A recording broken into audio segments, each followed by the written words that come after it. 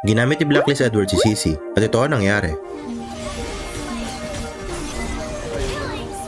Uy, gagi, ganda!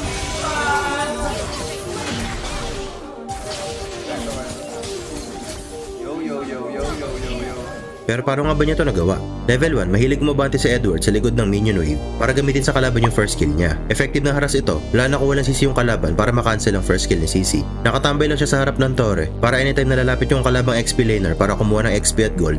Kakain muna sila ng haras gamit ang first skill ni CC. Patuloy niya lang itong ginagawa hanggang lumamang siya sa HP. At kapag naasar yung katapat niya at sumubok lumalim sa lane, madali niya lang itong napapatay. Isang malit na bagay din na ginagawa ni Edward sa paggamit ng second skill ni CC ay pinapatama niya ito sa target para sa pangalawang leap. Yung dagdag distansya kasi nabigay nito ay malaking bagay lalo sa pag-rotate. At dahil may bonus movement speed din ang passive ni CC, mas pinapabilis nito ang rotation niya. Madalang din umuwi si Edward sa base para mag-regen dahil wala namang mana si CC at kaya niya makapag-heal to full basta